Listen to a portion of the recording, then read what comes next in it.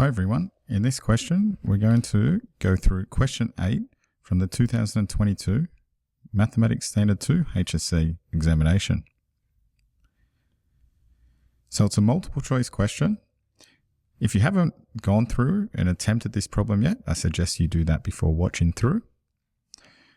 So the question is, which true bearing is the same as south 48 degrees west? So what I'm going to do with this, I'm going to draw my compass.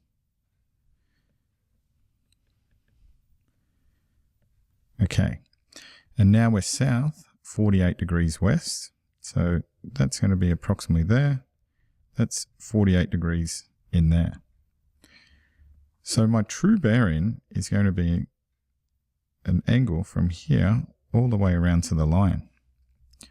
I know that from north all the way around to south is 180 degrees. So my true bearing is 180 plus the 48, which is going to be 228 degrees. So therefore my correct solution for this one is going to be C.